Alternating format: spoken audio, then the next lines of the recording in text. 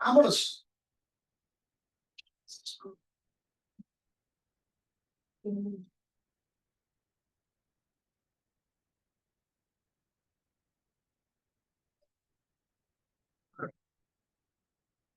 Okay, so I want to start with kind of a fun, practical quiz. So the old, I think that this was actually maybe the Chinese that invented this, and here's the name of the theorem I'm going to give you in a moment. So suppose you have 2,000 soldiers and you went off to fight a battle. Now, when the battle's over, you've lost some people and you need to know how many soldiers that you have because maybe you've got to fight more battles. It might be a difficult task to count all these. Even if you have the soldiers line up in some fashion and start numbering off, it take a while for them to organize and call this off. So because of all their marching and training and formation stuff, they quickly organize into groups of 25. And when they organize into groups of size 25, there's 5 stragglers, 5 people left over that aren't in one of the 25. And then tell them to reorganize into groups of 81. And now there's 4 stragglers. How many soldiers have left over, right?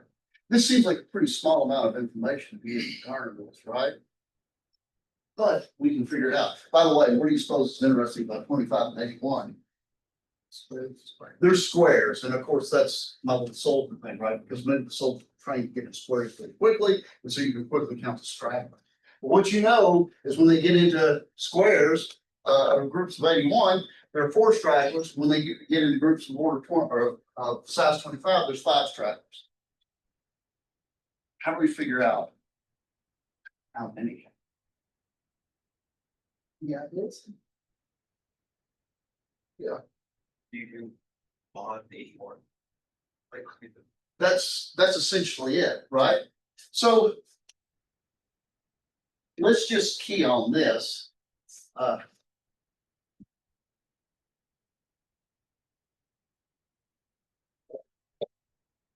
4 left over. And groups of 25, 5 left over. Now, there's also another important thing. The squares is just kind of, window decorating for my applied problem. There's another thing that's very important about these 2 numbers. Do you know what it is? This actually makes my life a little easier. How many factors in common? Sorry, very How many factors in common do these have? That's right. These 2 numbers, 81 and 25, there's no factor. I slept too. Well, other than one, I guess. So if there's 4 left over in groups of 81, what can you tell me about the number of soldiers that you have? Yeah.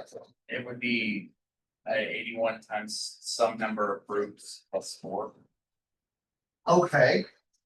would be the total number of soldiers left over.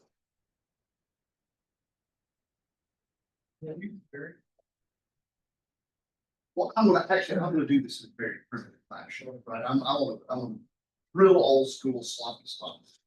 But I do know this: the number of soldiers must be 4 plus 81 times however many groups of 81 there are. Everybody agree with that? And also,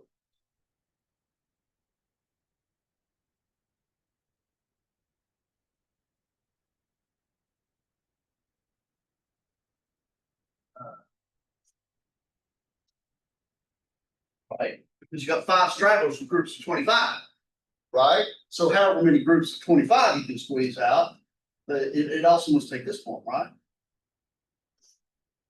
81 jumps bigger, so I'm gonna be really silly here. I'm just gonna go through it. Let's see how many times I've got to do 4 plus 81 and get something in this form, right? But as I go along, I'm like, find some quicker shortcuts. What's the smallest amount of soldiers I could have just from this equation? I could have 4, right? That's a possibility with this first equation, right? It is not a possibility with the second, right? Okay. What's the next biggest? 85. 85. Is that of this form? What's the next biggest? 166. Does this work? But see, now I'm going to make an observation. The next one after that is 247. Is that going to work? What's something that disqualifies this, this, and this immediately? It's not divisible by 5. Everybody agree with that? So because of this observation, can you all figure out a quicker stair step? 5 times. Okay, there you go. Right? So this was when 85 was a possibility because it was divisible by 5, it just didn't work out for us. Right? So for me to preserve this multiple of 5, I've got to jump by a multiple of 81 that's also a multiple of 5, right? What is the smallest multiple of 81 that's also a multiple of 5? You can actually get this sort of out of our homework, right? How many factors does 5 and 81 have in common? Just one, right? So it must be 81 times 5. So actually, instead of doing this, we can jump by 405. Everybody see what we did there? So let's try this. Next step is 490. Does that work? No, but I'm stepping quicker now. If I take 5 off of this, is it a multiple of 25? No. Add 400 again, and I get 1300. Don't I? If I take 5, that's not multiple of 5, isn't it?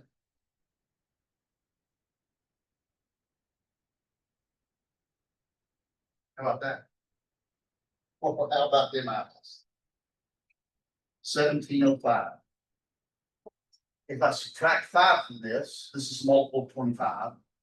And so I subtract 4 from this, it is multiple of 81. All of a sudden, without counting, I know that I had 1705. This makes sense because it's less than 2,000. So I've lost almost 300 people in the battle. I've got 1,705 left.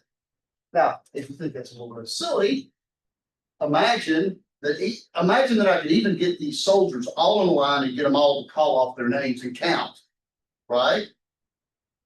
Let's suppose that in an organized fashion, I could get them to count 1 time a second, right? I mean, that's essentially, how many seconds in an hour, right? Essentially it's going to take a half hour to count that. And just by filling around on the board, we got the answer much quicker. Right, okay with that? This is one of your homework problems, actually, in a certain sense. This is the fabled Chinese Remainder Theorem. And here's what it says.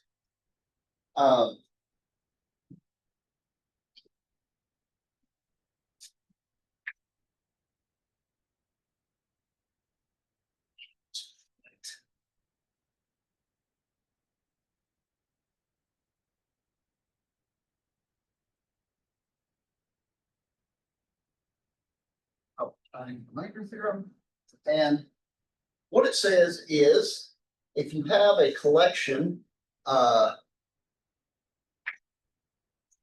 N2, Nk are pairwise, relatively prime.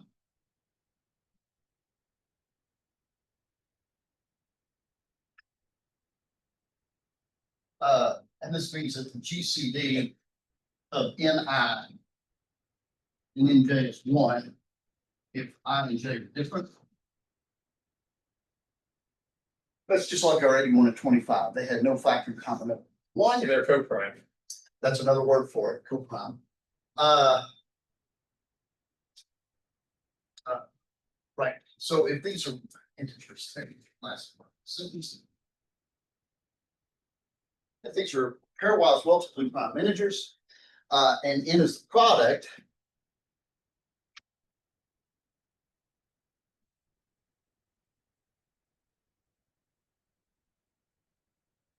Then the system of congruences.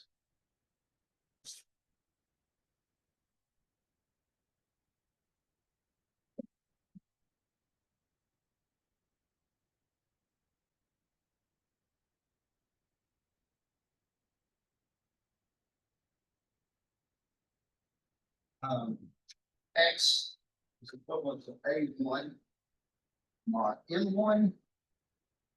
X is equivalent to A2 mod N2. All the way down. X is equivalent to AK mod N2. Has a unique solution in the range from 0 to N minus 1.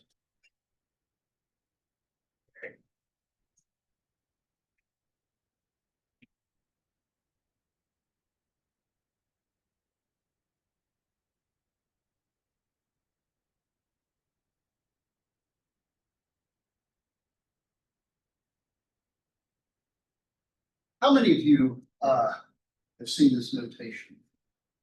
I have. Okay. So we'll make sure, let me make sure we go, because I want to go over some problems. But essentially, this is what we did in this previous example. In our case, K was 2. We only had 2 things here. A1 was 5, N1 was 25, A2 was 4, and N2 was 81. Right? And our 25 and our 81 were relatively prime. And our unique solution here between 0 and 2000 was in fact 17. Okay.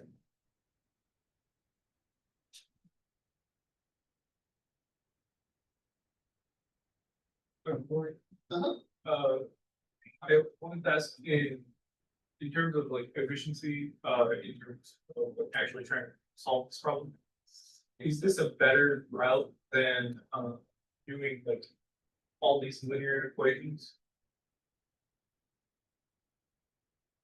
Well, I mean, actually, when I don't do a lot of big computations for computer time or whatever, but when I do these by hand, what I usually do is I start with the big and go to the small. Great. But that's usually easy. But I combine bit by bit. So since these are all relatively prime, so N1, N2, all the way up to NK are relatively prime.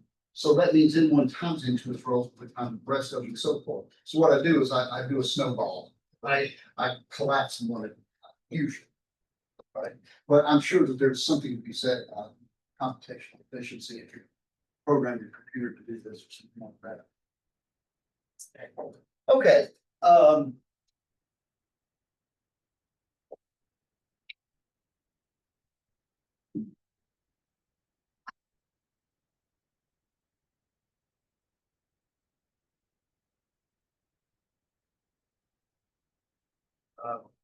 So let me start. How many of you have looked at Z mod N before? Let me start with Z.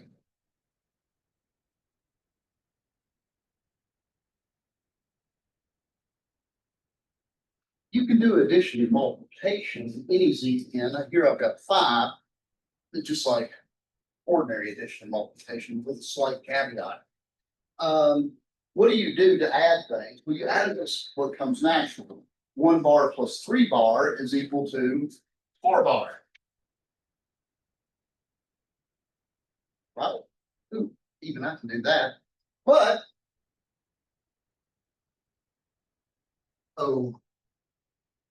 this one looks to be a little bit more problematic because I look up here and I said, Only one, I believe. There's no 6 bar, right? I think 3 bar plus 3 bar equals 1 bar.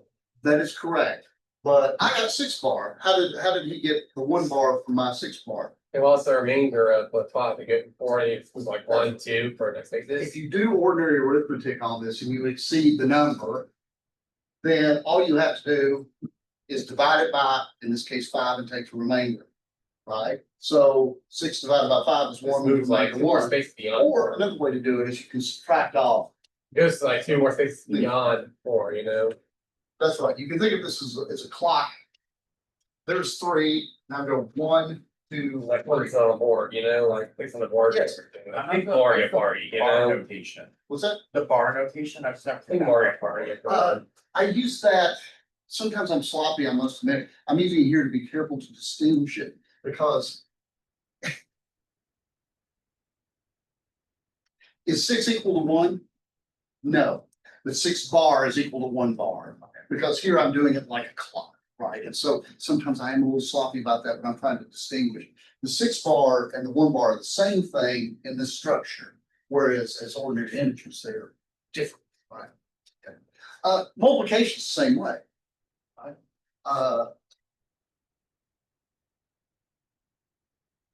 Just what you would think, but if it's more exotic, which is 2 bar. You can subtract off pieces of 5 until you get that, or you can divide this by 5 and take the remainder. Let me also point out that negative numbers are here too. What would negative 3 bar be? Very constant there, that'll be 2. Right, because if I subtract 5 off of 2, I get negative 3, right? Right, okay. Now, sometimes it's written this way.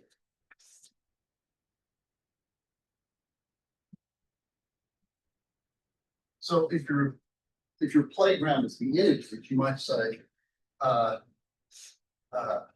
x is equivalent to y mod n, generally for a definition, and then some examples here. If and only if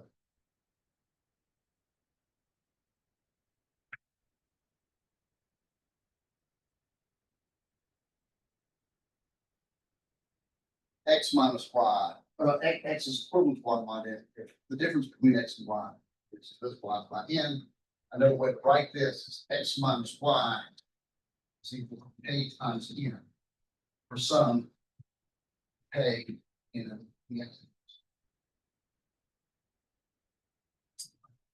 Yes. Can you, I always get tripped up, what's the difference between equivalent and It's the same sort of thing that I'll say. So for example, here's the difference. Okay. Also,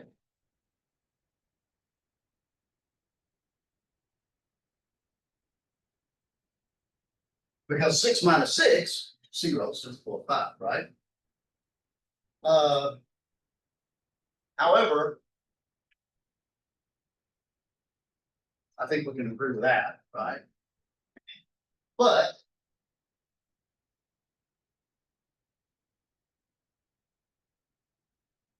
does that make sense? Yeah. So remember how we were talking about equivalence classes, right?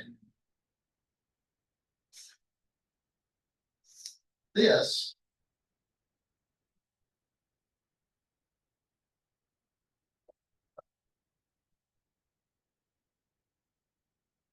so I'm going to go through this with the general end.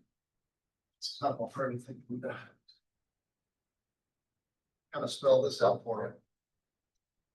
I claim that this forms an equivalence relation on the set of integers. I declare the I will declare x is related to y if and only if x is equivalent to y. Where n is some fixed integer. Let me let's go through real quickly that this is back to equivalence. Number 1.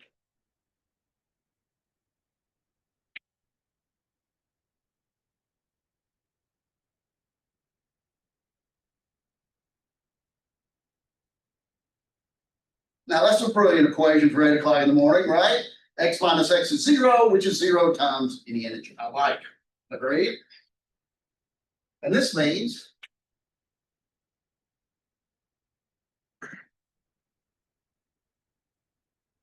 so x is equal to x. So this relation here is reflexive, right? 2. Suppose x and y are related. This means X minus Y is a multiple of N. Agreed? Which means Y minus X. What did I do? I changed the sign.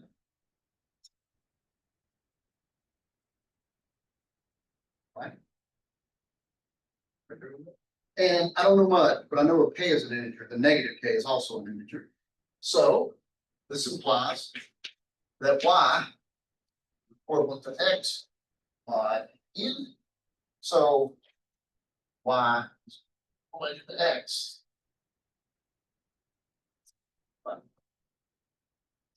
Yes, It's an equivalence relation, it's an equivalence relation on what, on integers, on. yes, my set is, yeah, I didn't write that, did I? My set here is the integers, and I'm declaring that two of them are related if X minus Y is divisible by N. Three, suppose X is related to Y and Y is related to Z. Let's write what that means. This means X minus Y is K1N. This means right here.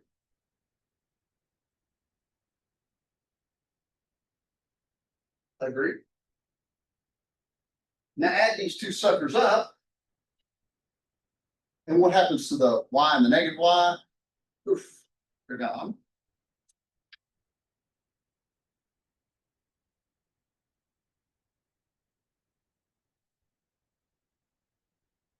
Do I agree with that?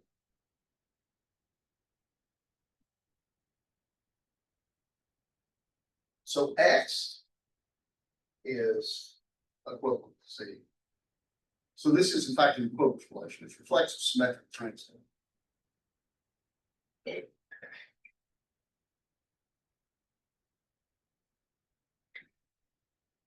Ray, this speaks to also what you were asking a little bit earlier. So let me take a specific example. But in the file, what we were before.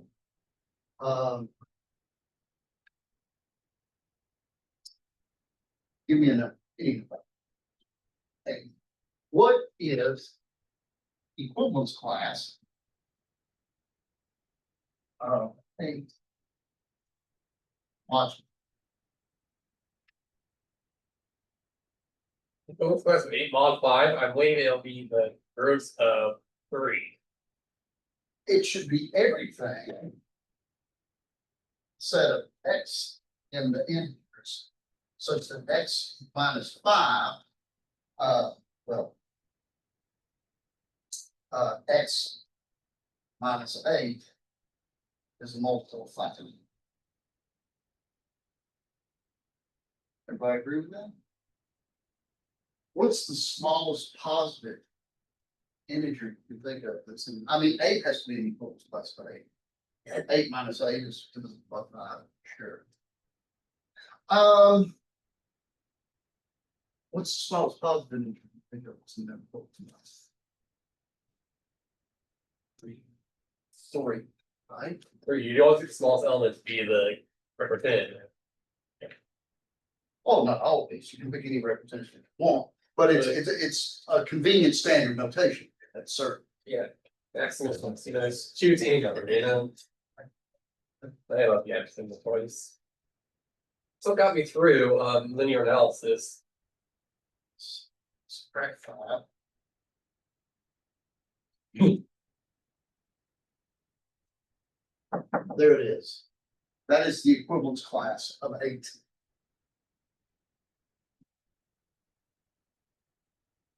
Do I agree with that? It's also the equivalence class of 3. It's the equivalence class of 23. Equivalence class of -12, etc. Representative doesn't matter. But as was pointed out, Aiden, I think, right, that this is the most convenient one, right? Everybody okay? And so notice that the different elements of this equivalence class are equal, but they are equivalent mod 5. Everybody okay with that? Yes. Will you introduce the notation, the bar notation? Oh, yeah, sometimes I will use that, sometimes but I'll make it clear and if question me if. But let me ask you this. What if n is 0? I did say any integer n.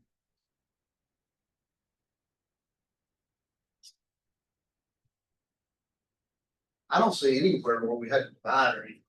All these, this all goes through 0.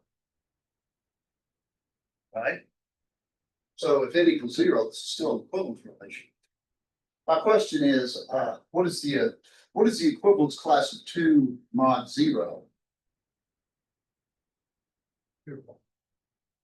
2 and only 2. You need to find every integer such that when you subtract 2, it's divisible by 0. And 0 is the only, 0 is only, 0 is the only number of thousand. So, well, I mean, every.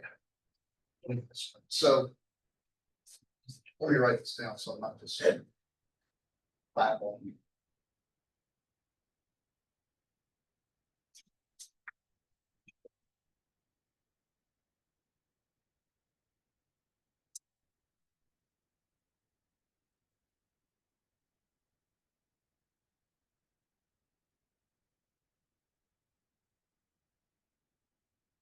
That's what this means. If n is 0, then my equivalence relation says x is equivalent to y if and only if x minus y is divisible by 0. Right? And of course, this is always.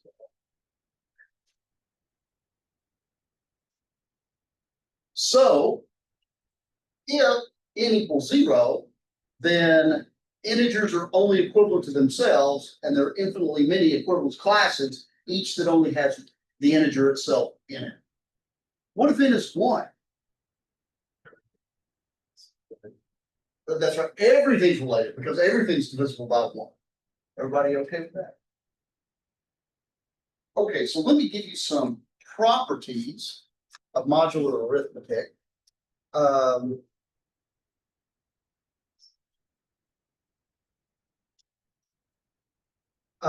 So I'm gonna do this out. We're on.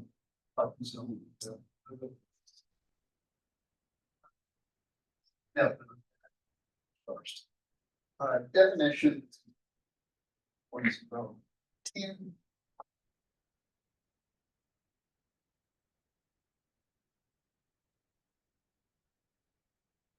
Has anybody ever heard of the Euler phi function?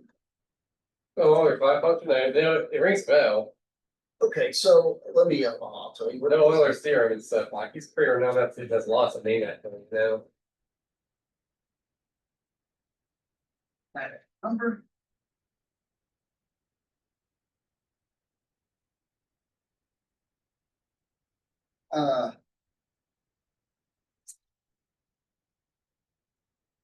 This is called Euler.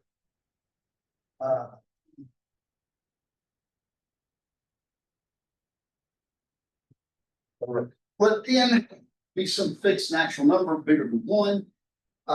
If n, well, since n is bigger than 1, it can be factored into primes, right? You all know the fundamental theorem of arithmetic. So I can write n this way.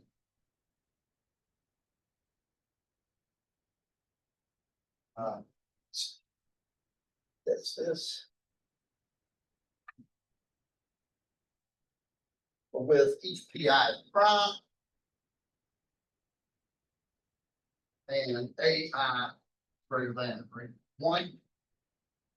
Otherwise, I wouldn't write it. Then en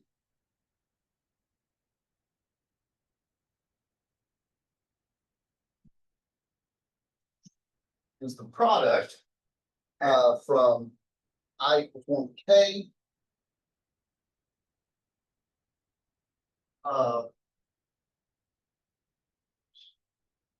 Pi, the ai minus 1. It's pi minus 1. Right. So, for example,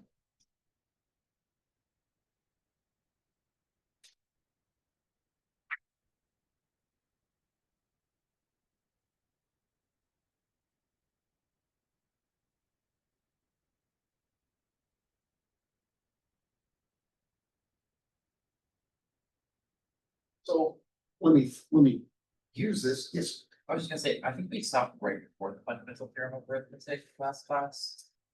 Yeah. So, you know, I'll throw that out. okay, How many of you heard the fundamental theorem of arithmetic that says that every natural number two or greater can be written as uniquely as private primes? Okay, all right. Is everybody okay with me just moving on from that because it's written in the notes? Okay. So if P is a prime, the Euler phi function is P minus one.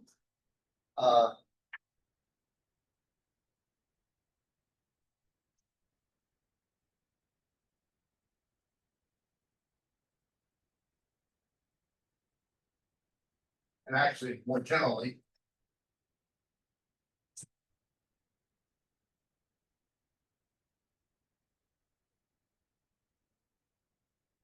So it does this funny little dance here. And if you've got more than one prime divisor, more than one different prime divisor, just kind of expand it out. So, for example,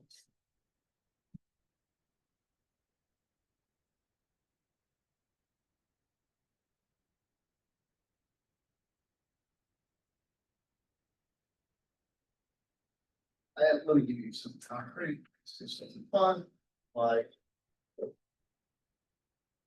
360.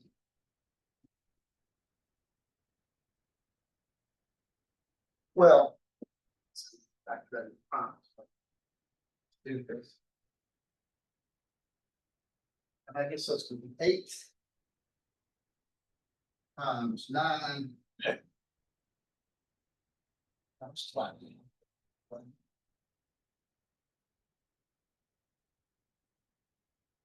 So the Euler phi function for this one would be, I guess that would be 2 squared times 2 minus 1 times 3 to the first power times 3 minus 1 times 5 to the 0 power 5 minus 1.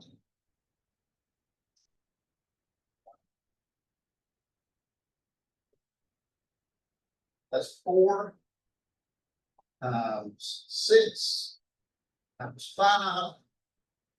Or I'm sorry, 4, which is going to be 96. Anybody know what the Euler phi function does?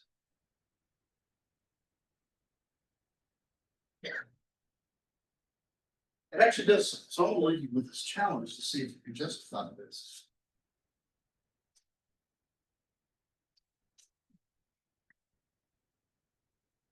Say, thought I just made something up just to make you angry, right? You know, or something else. But it'd be a natural number.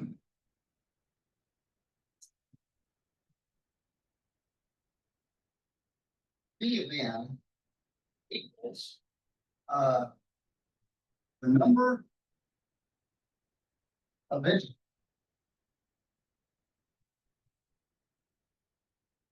between 1 n that are relatively prime.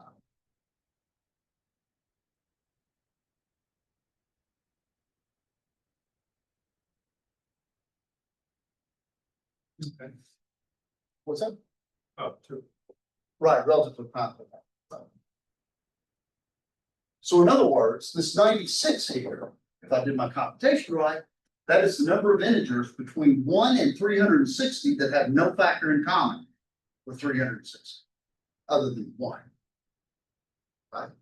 This is actually very important in number theory and lots of applications now, and we'll see it come up later, and we'll see it in particular come up here. But any questions for that before I want to give you some properties. My next theorem before we finally do groups, I'm going to give you some properties of modular arithmetic.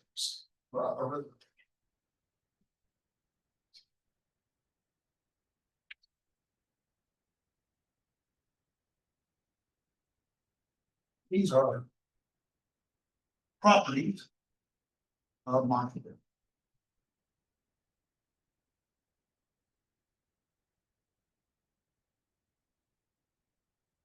Here I'm going to have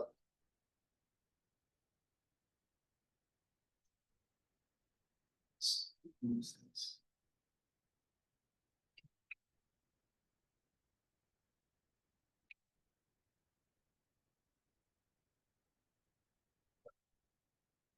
Let's say let n be natural number.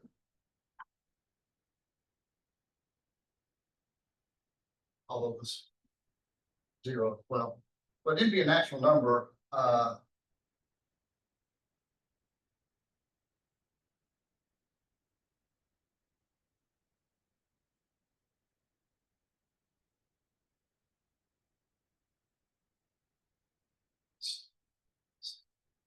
no.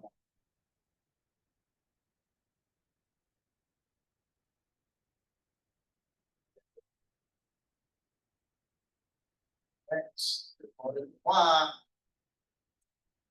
if only if x is equivalent to y mod n. Which is the same thing we're talking about, x minus y is a multiple then.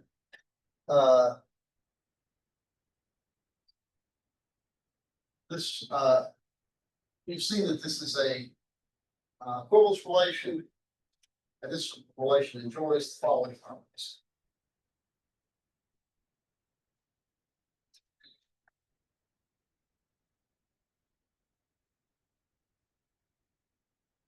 Number one,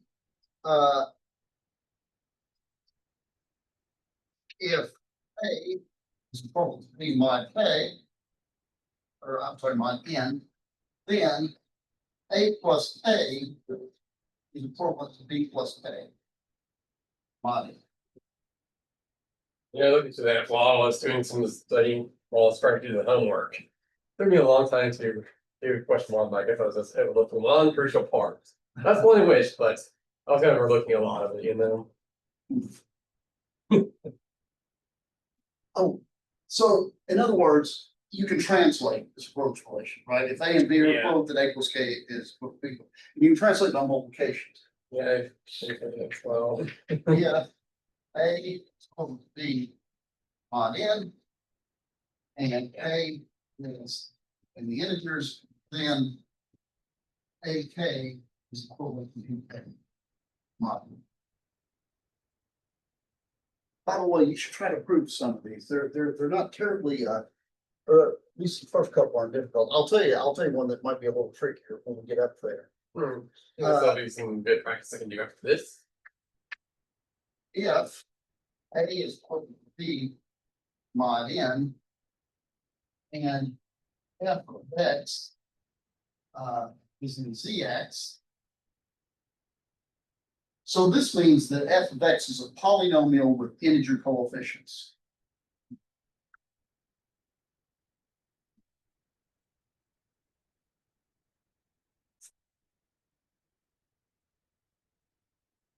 So this is like a special kind of function.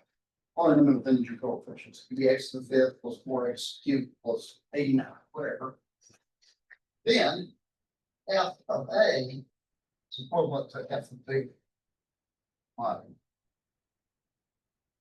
So if a and b are the same thing mod n, when you plug them into a polynomial, it is still the same thing mod n. Number 4. If the greatest common divisor of a and n is 1. Good, Brian. That's right. A and n have no non-trivial factors in common. And x is equivalent to y mod phi n.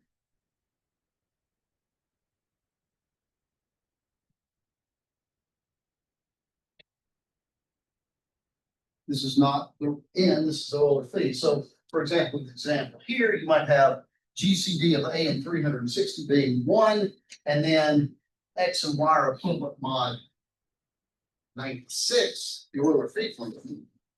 Then a to the x is equivalent to b to the x mod f.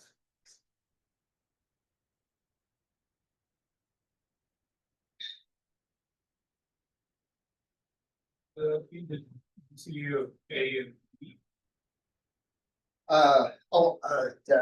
Yes, yeah, absolutely. This is perfect.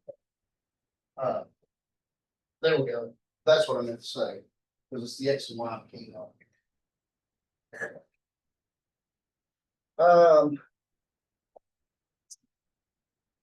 If here's another GCD one thing that's kind of groovy.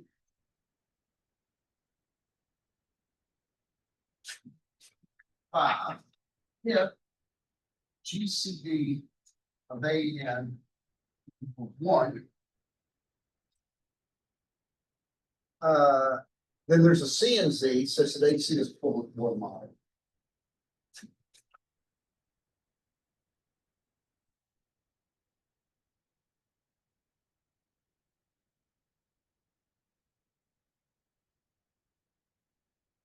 By the way, you can use problem 1A from your homework for this.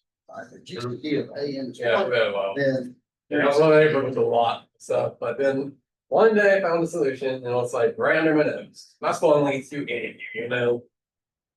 in this case, the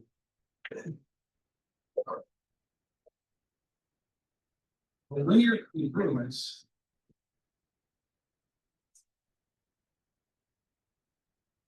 AX is equivalent to B mod N. So if X is a variable and you're trying to solve that congruence equation, it has a unique solution. Not only has a solution, but it has a unique solution.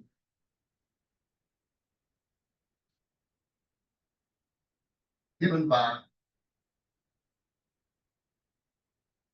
X is equivalent to CB mod N. And perhaps you can see what I did here. I multiplied both sides of this congruence by C. And AC was essentially 1, and that gives me excess BC. That's essentially what's going on. That is a solution, and it's the only one. This one's a fun one. The next three you can win lots of bar bets with, which is kind of cool. 6. Fermat's little curve.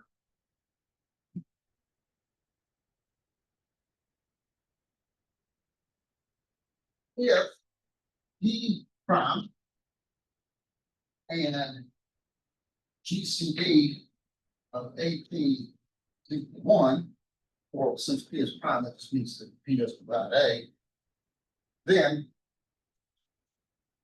A to the P minus 1 is equivalent to 1.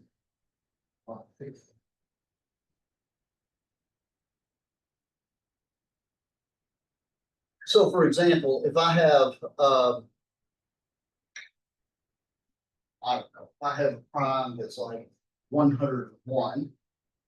Pick any number that's not divisible by 101. I don't care what it is. 25. If you take 25 to the 100th power, it will be equivalent to 1 mod 101. So you subtract 1 from that huge number you've got, I promise you it's divisible by 1. This theorem is magic, and we'll see why this is true. We're not quite yet equipped to deal with that, but we'll see why it's true soon.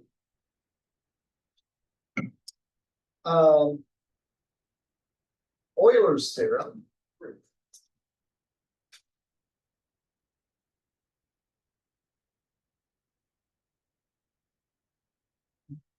Yeah. GCD of A and N is 1.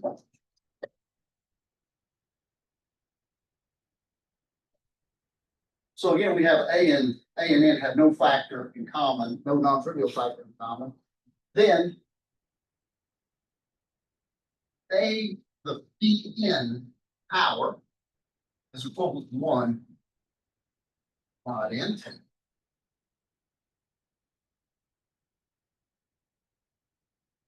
And finally, once we get into group theory a little bit,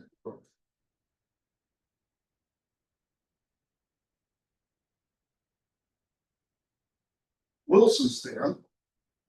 This one, group theory will help us prove. It would be a little bit hard to prove this one at this point, and it's actually rather fascinating. P in the natural number setting is prime if and only if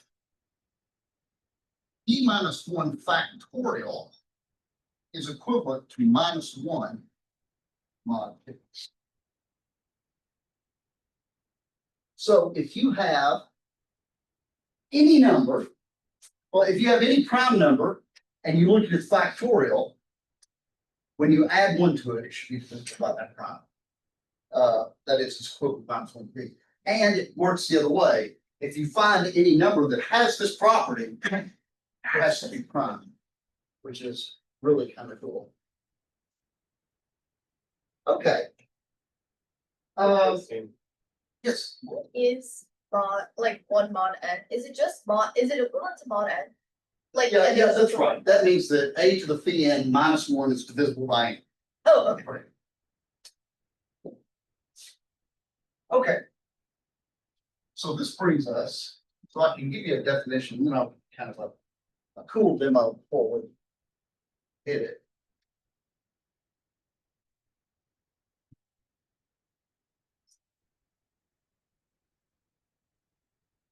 How many of you have encountered groups in your problem? Yeah, like I really haven't seen much, but I have seen some stuff in linear analysis with like, sets, so. Maybe we did cover a bit of duality one time in math 8-16 with Dr. Union. It's a grad level class. That's graduate program with about the advanced calculus. It's doable, but I wouldn't recommend it. It's painful. So a group is something that's a little bit different than that. But personally too, what a binary operation is. Let G be a non-equal set. I don't want to fool with empty sets here. A binary operation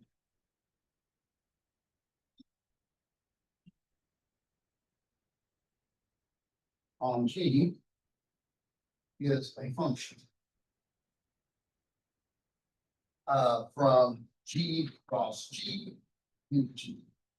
So in other words, what I mean is from G cross G, there's a way to take two endpoints here and give an output that's still in G. So let me tell you what a group is. Definition 2, 1, 3.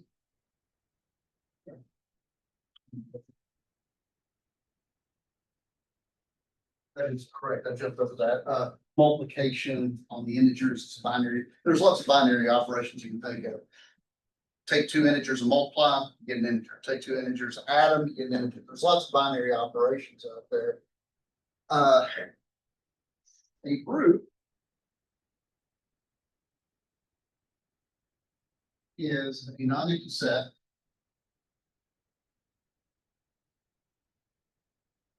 G equipped with a binary operation.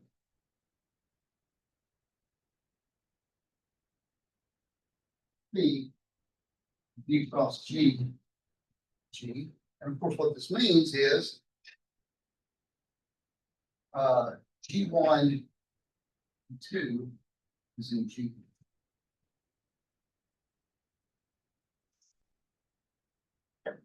So a binary operation is just a way to take two elements of G, combine them somehow, and get a new element, this guy in G.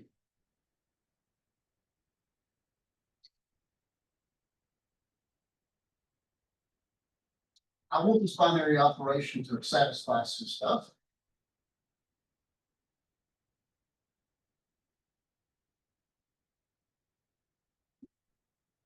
I want it to be associative.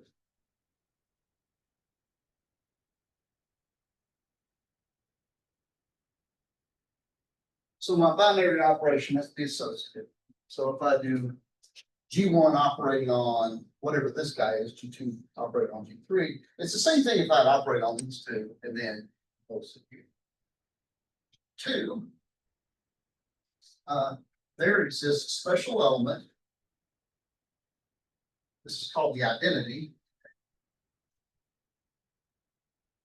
that leaves everything alone. This is called the identity.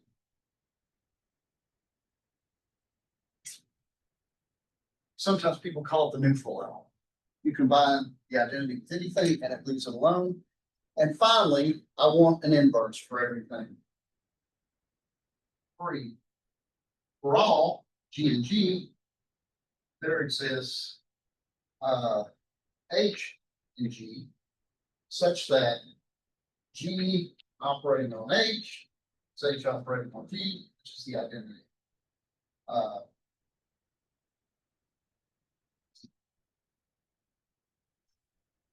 So a group is very simply, here's what it is. It's a collection of things, and I've got a magic way to put them together and get an output in the group.